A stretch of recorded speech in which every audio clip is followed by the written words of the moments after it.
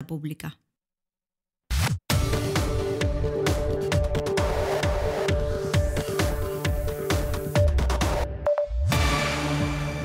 Почитувани гледачи, добре дојдовте во новото издание на емисијата Радио на телевизија. Предлагам да погледнеме дел од изданијата на Радио Слободна Македонија кои што ги одбравме за денеска. Емисии кои ќе ги опфатат основните начала за безбедноста на храна и храна на животни, општи и посебни хигиенски барања за храната со цел високо ниво на заштита на здравјето на потрошувачите во однос на храната. Земајќи ја разновидноста при снабдување со храна, вклучувајќи ја и храната со традиционални карактеристики. Кои се неопходните услови да се започне бизнис со храна? Означување, рекламирање и презентирање на храна и многу друго во Безбедна храна, здрава иднина. Со Светлана Коларич.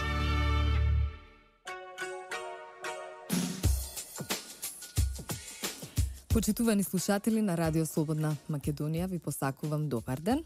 Со вас е повторно Светлана Коларич и едукативната емисија Безбедна храна, здрава иднина. Денес немам свој соговорник и искрено би сакала да поразговарам, односно да ве воведам или да се обидам да дадам еден дел од студијата за безбедност на храна и исхрана, направена во периодот на 2013 година, а се однесува за периодот од 2020 до 2050 година. Таа е изведена преку сценарија на идните промени и политички одговори и на која е овластена од страна на Генералниот директорат за здравство, DG Sante на Европската комисија, предводена секако од страна на граѓански консалтинг. Целта беше да се идентификуваат критичните предизвици за безбедноста на храна и рамката на исхрана, односно избалансирана храна или пак нутритивна храна. Иднината во ЕУ преку евалуација до 2050 година, како и нивното влијание врз сегашната структура и потенцијалните критични промени во сегашната рамка, неопходна за одржување и на преовладување високи стандарди. Сепак намерата била да се обезбеди еден увид и насоки за развој на идните сценарија за одговор на политиката, иднината, анализата и потребното истражување за развојот. Сепак, студијата е базирана преку широк преглед на литература, преку различни експерти, интервјуа, консултации од големи светски размери на засегнати страни и експерти. При тоа опишани се клучните двигатели на безбедност на храна и исхрана. Идентификувани се сценарија развиени врз основа на еден иновативен и партиципативен пристап. И конечно го покажува истражувањето со поврзани потреби. Велат постојат клучни возачи или драйвери на безбедност на храна и исхрана до 2050 година. Тие се идентификувани, меѓутоа и поврзани со неизвестности кои што ја обкружуваат иднината. Брифинзите биле произведени за секој од драйверите со детали за релевантни трендови. Но сепак како главен двигател се идентификувани глобалната економија и трговија. Глобализација на трговијата со храна и добиточна храна, зголемување на бројот на земји опфатени со договори за слободна трговија, новите економии и ангажирање во поставување на нови стандарди, глобален економски развој, зголемување и повеќе променливи цени на храната, зголемување на притисок за јавни финансии од финансиски и трошоци за здравје и за пензии, зголемување на соработката во поставување на стандарди за безбедна храна, зголемување на соработка во меѓународни форуми, информации и рано предупредување, односно воспоставување на нови системи за рано предупредување во случај на небезбедна храна, зголемена релевантност на приватни стандарди за храна, зголемени подпирања врз мултилатерални структури и предизвици од мултиполарен свет, понатамошно проширување на Европската Унија, потенцијално заедно со понатамошна интеграција на пазарот, продолжување со реформата на заедничката земјоделска политика, продолжување на консолидација на безбедносна храна и исхрана во рамките на законот, продолжување на предизвиците за спроведување на законот, порастот на важноста на комуникација во врска со безбедноста на храна и исхраната, демографијата, зголемување на глобалната популација, старење, повеќето хронични болести кон кои е склоно населението во Европската Унија, зголемување на миграцијските текови, зголемување на нееднаквоста, потрошувачите, нивниот став и однесувањето, зголемување на глобалната побарувачка за месо, диверзификација и поларизација на исхрана и начин на живот, зголемување на застапеноста на дебелината, интензивирање на вредностите на потрошувачите во однос на храната, стагнирање на нивоа на доверба во јавните органи во Европската Унија, очекуван пораст во користење на биотехнологијата и генетски модификувани организми, зголемување на продуктивноста од други основни технологии на производство како што е аквакултурата, очекуван пораст во користење на нанотехнологија, зголемена медикализација на храна и нови форми на храна, зголемена употреба на информатички и комуникацијски технологии, нова преработка и пакување, зголемување на побарувачката за необновливи извори на енергија, зголемување на недостиг на плодни почви, зголемување на притисок врз водни ресурси, зголемување на недостиг на фосфор, намалување на биодиверзитетот, генетската разновидност и екосистемите, зголемени температури,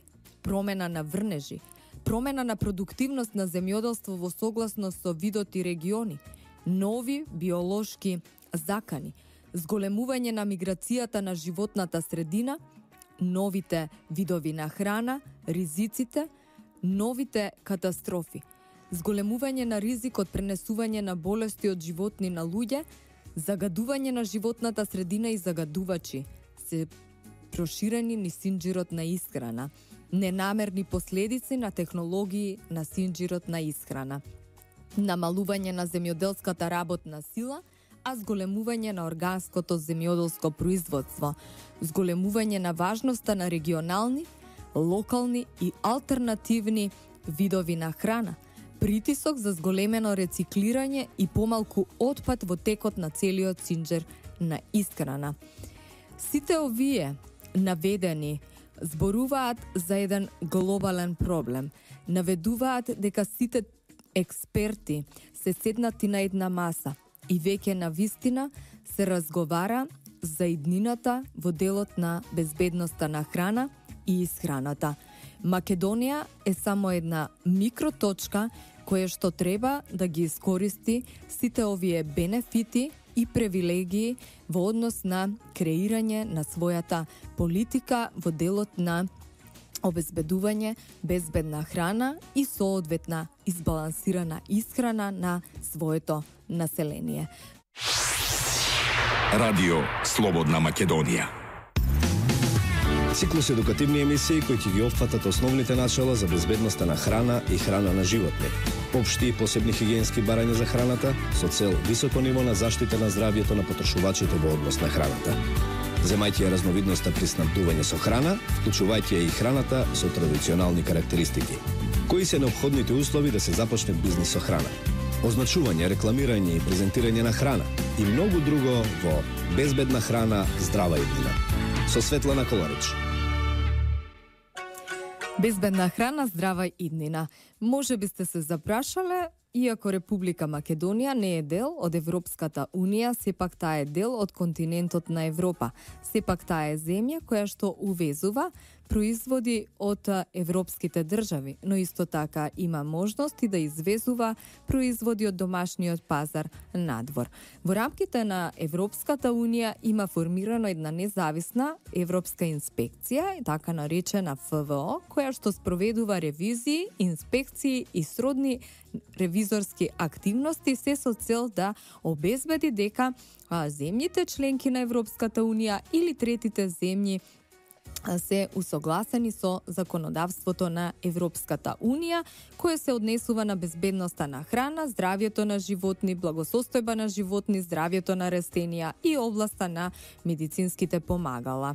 Дали се имплементираат и дали се спроведуваат правилно. Ова значи дека граѓаните на Европската Унија уживаат повисоко ниво на безбедност и дека со стоките кои што се тргува се под безбедни услови. Европската комисија има тим од околу 180 професионалци. Сите тие се представници од повеќето земји членки на Европската Унија. Тоа е еден хендикеп на Република Македонија, заради тоа што доколку сме член на Европската Унија, тогаш можеби ќе можеме и ние да бидеме дел од тие професионалци. Примарната улога на оваа европска инспекција е да се спроведат ревизии и инспекции на националните власти, да се утврди преку операторите со храна дали ги исполнуваат законските обврски. При тоа самата ревизија кулминира во еден писмен извештај, а извештаите можат да се најдат со кликнување на ревизорски извештаи или на една интерактивна мапа на сајтот на DG Sanko. Канцеларијата исто така произведува еден преглед на извештаи кои што представуваат резиме на серија од ревизии спроведени во некој сектор. Ова обезбедува информации до сите заинтересирани страни и при тоа придонесува за развој на европското законодавство. Врз основа на една мултигодишна програма, секоја година Европската комисија објавува една програма за работа, која што е произведена во соработка со другите служби на комисијата и со земјите членки на Европа. Тимот за ревизија е обично составен од два инспектори, често со присуство на еден национален експерт од органот на земјата членка или пак земјата или трета земја. Собирањето на информации пред ревизија и претходна ревизија се пополнува еден прашалник и при тоа се контролираат голем дел на регионални, локални власти, лаборатории, голем број на придружни посети на фарми, на оператори со храна, на кланици, на трговија на мало и при тоа информациите се собираат за да се обезбеди една серија на наоди кои што на крај ќе произлезат со еден заклучок. Доколку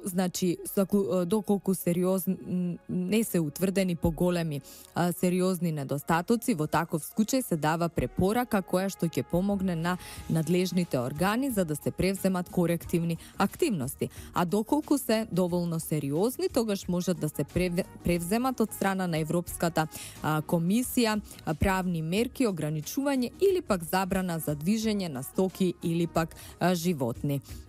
Во Република Македонија назад годините секако дека доаѓаат европските инспектори и исто така Република Македонија добива соодветни препораки за да ги подобри своите законски обврски и своите контроли. Може да се пофалиме дека и Република Македонија има објекти кои што извезуваат храна во рамките на Европската Унија.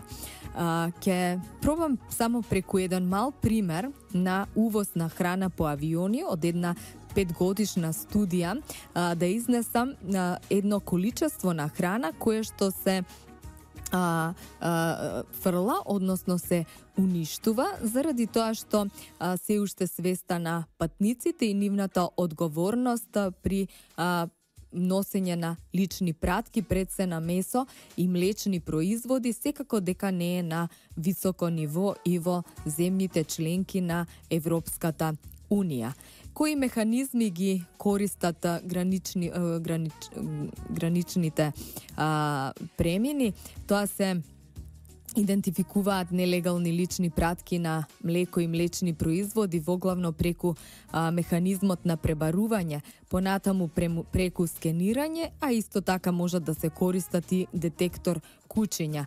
При тоа можеби бројката ќе ве зачуди, заради тоа што во личниот багаж за влез во Европската заедница во 2008 година пронајдено е дури 70.000 килограми, додека пак во 2009 година се пронајдени околу 82.000 килограми.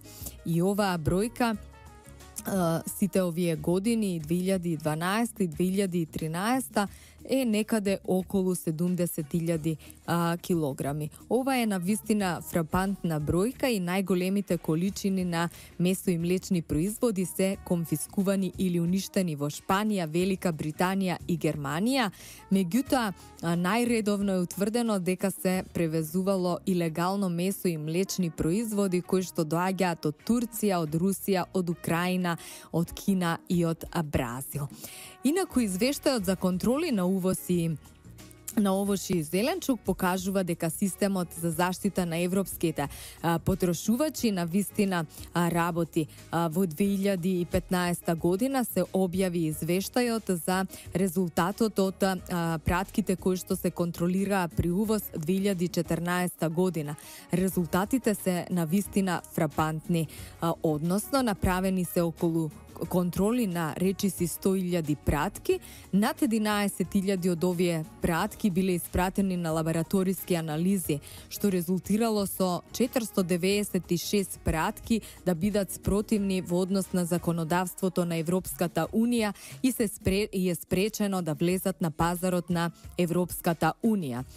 Извештајот покажува дека зголемено ниво на контрола на овошје и зеленчук е навистина игра важна улога во заштита на потрошувачите од потенцијалните ризици за безбедност на храна. Дури некои производи, за да се постигне задоволително ниво на усогласеност, се отстранети од листата на увоз наменети за контроли. Кон оваа листа за забрана исто така се приклучи и Република Македонија.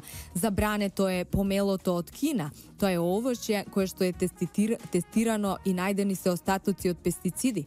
Портокали од Египет, кои се исто така тестирани на пестициди.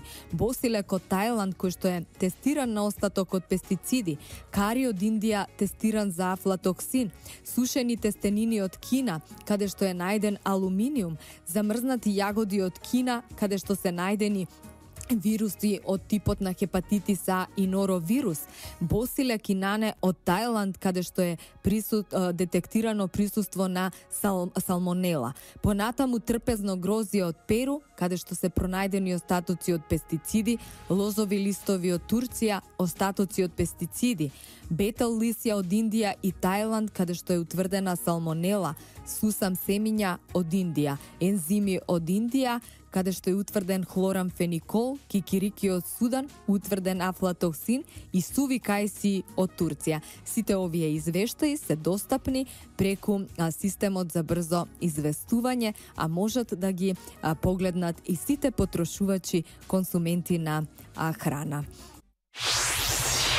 Радио Слободна Македонија. Циклус едукативни емисии кои ќе ги опфатат основните начала за безбедноста на храна и храна на животни, општи и посебни хигиенски барања за храната со цел високо ниво на заштита на здравјето на потрошувачите во однос на храната. Земајќи ја разновидноста при снабдување со храна, вклучувајќи ја и храната со традиционални карактеристики. Кои се неопходните услови да се започне бизнис со храна? Означување, рекламирање и презентирање на храна и многу друго во Безбедна храна, здрава иднина. Со Светлана Коларич. Проблемот со безбедност на храна и исхрана на населението во светот навистина е веќе еден глобален проблем. И секако оваа година, на 2 ноември 2015 година, се одржа еден трилатерален состанок за безбедност на храна помеѓу Соединетите Американски држави, Европската Унија и Народна Република Кина. Сепак, земено е во предвид дека навистина имаме една глобализација на трговијата со храна, како и проширување на синџирот со снабдување со храна. Препознаена е светската димензија на проблемите со безбедност на храна. При тоа висок приоритет се дава на прашањето поврзано со безбедност на храна.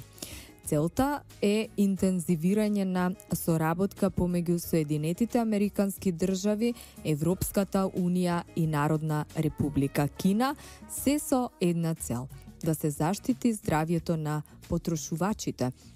Но од друга страна се признава важноста на безбедност на храна како еден клучен елемент за здравјето на потрошувачите.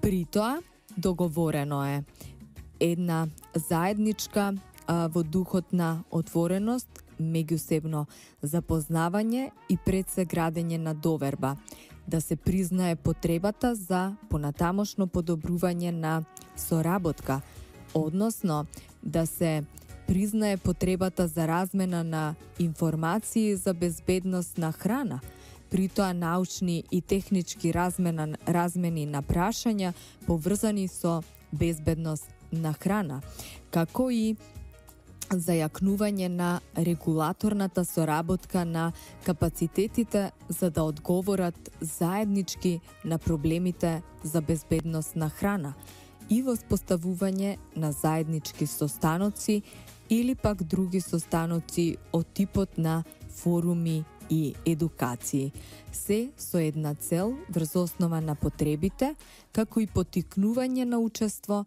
на сите релевантни агенции кои што имаат одговорност за прашања поврзани со безбедност на храна. Пристапот до доволни количини за безбедна храна и избалансирана храна е клуч за одржување на животот, а исто така и клуч за унапредување на доброто здравје. Небезбедната храна содржи штетни бактерии, вируси, паразити или хемиски супстанци и предизвикува повеќе од 200 болести, од една обична диареја се до рак. Алиментарната болест влијае врз милиони луѓе годишно, вклучувајќи притоа и многу деца. Безбедноста на храна и исхрана се неразделно поврзани. Небезбедната храна создава еден магичен круг на болести, а додека неисхранетоста пресека и доенчињата, малите деца, старите лица и болните исто така доведува до болести. Болестите го попречуваат социоекономскиот развој, притоа се напрега здравствениот систем, а исто така се штети на националната економија, се штети на туризмот, се штети на трговијата. Синџирите на снабдување на храна се повеќе надвор од националните граници, но една добра соработка помеѓу владите, помеѓу производителите и потрошувачите помага во секој случај да се обезбеди и побезбедна храна. Алиментарните болести обично се заразни или се со токсични по природа. Се предизвикани, пак ќе споменам, од бактерии, вируси, паразити или хемиски супстанци кои влегуваат во нашето тело преку контаминирана храна или контаминирана вода. Алиментарните патогени можат да предизвикаат една сериозна диареја или пак можат да доведат и до ослабувачки инфекции, вклучувајќи го притоа менингитисот. Хемиското загадување може да доведе до едно акутно труење или долгорочна болест, како што е болеста на во моментот ракот. Алиментарните болести можат да доведат до траен инвалидитет и до смрт. Примери на небезбедна храна има навистина многу. Притоа земајќи ја во предвид храната од животинско потекло, но од друга страна и храната од неживотинско потекло, односно овошјето и зеленчукот, како и морската храна, школките и алгите кои што можат да содржат морски биотоксини. Накратко ви спомнала дел од бактериите. Салмонела, кампилобактер, ентерохеморагична ешерихија коли се меѓу најчесто патогените алиментарни инфекции кои што влијаат врз милиони луѓе годишно, понекогаш со многу сериозни и фатални исходи. Иако симптомите се треска, главоболка, гадење, повраќање, болки во стомак и диареја. Примери на храна во кои се вклучени во случаи на салмонела се во главно јајца, живина и други производи од животинско потекло. Случаи на алиментарни инфекции со кампилобактер главно се предизвикани од сурово млеко, сурово или печено пилешко и вода за пиење. Додека ентерохеморагичната ешерихија коли се поврзува со непастеризирано млеко, со печено месо и свежо овошје и зеленчук.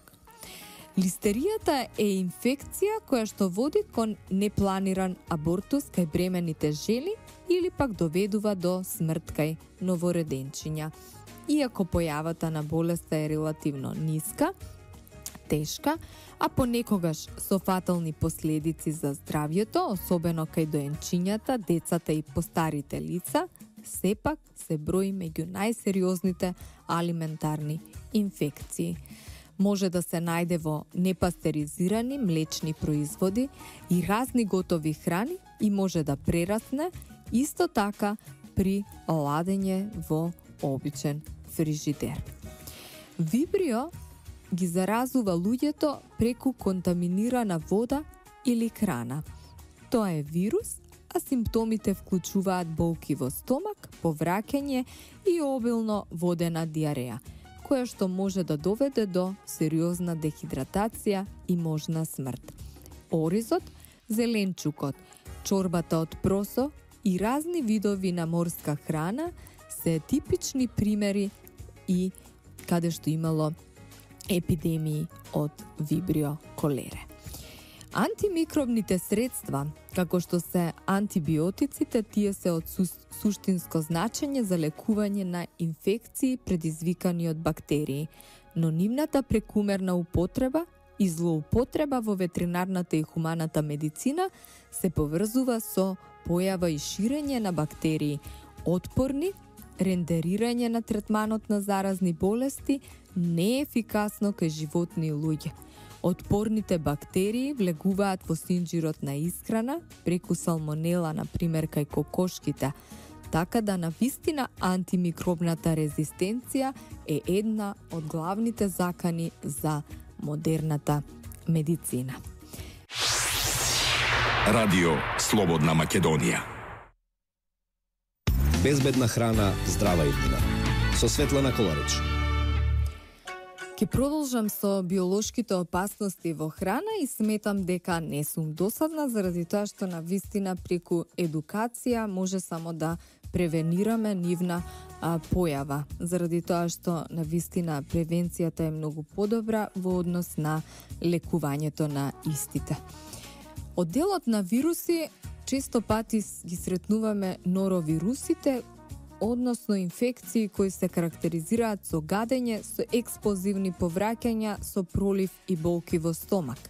Додека вирусниот хепатитис А може да предизвика долготрајни болести на црниот дроб и при тоа се ширејќи се типично преку сурови или печена морска храна или контаминирани сурови производи. Меѓутоа и заразените ракувачи со храна честопати се еден добар извор на контаминација на храна. Паразитите исто така се во биолошки опасности и некои паразити, како што се на пример трематодите, се пренесуваат само преку храна, а додека ехинококус, тој може да ги зарази луѓето преку храна или пак директен контакт со животни. Други паразити кои што можат да се пренесат преку храната се аскарис, криптоспоридиум, ентамеба хистолитика или джардија. Влегуваат во синџирот на исхрана преку вода или почва и при тоа ги загадуваат свежите производи кои што човекот ги консумира. Прионите се инфективни агенси кои се составени од протеини и тие се единствени по тоа што се поврзани со специфични форми на невродегенеративно заболување или пак говедска спонгиоформна енцефалопатија или така наречено кравјо лудило. Тоа е болест прион кај добиток, поврзани со варијанта на Кројцфелд-Јакоб, болест кај луѓето. Консумирањето на производи од говеда, кои содржат специфичен ризичен материјал, на пример мозочно ткиво, е најверојатниот пат на пренос на прион агент за луѓето. Интересен фактот е дека велат во иднина количината на протеини кои ќе бидат потребни за исхраната на луѓето ќе биде намалена. Се бара замена. Заменските протеини можат да се најдат во голем дел на инсекти кои што можат да се употребуваат во исхраната на животните и исхраната на луѓето. Но при тоа исто така е направена една студија во рамките на Европската агенција за безбедност на храна, односно ЕФСА, која што студија укажува дека дури и овие инсекти кои што представуваат многу добар извор на протеини за исхрана на животни и исхрана на луѓе, постои можност да при консумирање на овие производи повторно се јават проиони, односно инфективни агенти кои што можат да доведат до овој вид на болести кои што ги споменав. Химикалиите се можеби и предизвикуваат најголема загриженост за здравјето, пред се природните токсини, како и загадувачи на животната средина. Од природните токсини ќе ги вброиме микотоксините, морските биотоксини, цијаногените гликозиди и токсини кои се случуваат во отровните печурки. Суровината како пченка или како житна култура може да содржи високи нивоа на микотоксини, како и охратоксин и афлотоксин. Но подолгорочната изложеност може да влие негативно на имунолошкиот систем и нормалниот развој или да биде една од причините, односно каузите за рак. Перзистентни органски загадувачи се соединенија кои што се акумулираат во животната средина и човечкото тело. Како познати примери се диоксините и полихлорираните бифелини, кои што исто така имаат несакани нуспроизводи од индустријски процеси и согорување на отпад. Тие се наоѓаат во светот во областа на животната средина и се акумулираат во синџирите на храна од животинско потекло. Многу се отровни диоксините и предизвикуваат репродуктивни и развојни проблеми, оштетување на имунолошкиот систем, а доколку се промешаат со хормони, исто така ќе бидат кауза за рак. Тешки метали како олово, кадмиум и жива предизвикуваат невролошки оштетување и оштетување на бубрезите. Контаминацијата со тешки метали во храната се јавува воглавно преку загадување на воздух, вода и почва. На развојот на светот и безбедност на храна, сепак, безбедното снабдување со храна и поддршката на националната економија, трговија и туризам придонесува за безбедност на храна и исхрана, се со цел да се подкрепени со еден одржлив развој.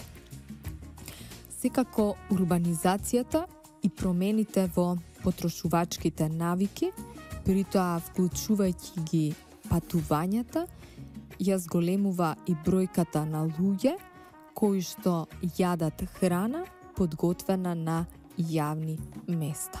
Но самата глобализација предизвика изголемена побарувачка на потрошувачите на еден поширок спектар на храна, за разлика од минатото, што резултира во се повеќе сложен и повеќе глобален синџир на исхрана. Како што светската популација расте, интензивирањето и индустриализацијата на земјоделството и животинското производство се со цел да се зголеми побарувачката на храна, создава можност, но исто така создава и предизвик за контролата на безбедноста на храна. Климатските промени предвидуваат дека истите тие ќе се одразат на безбедност на храна, пред се каде што имаме големи температурни промени кои што ќе ги менуваат и ризиците поврзани со безбедност на храна, како и производството на храна, складирањето и дистрибуцијата.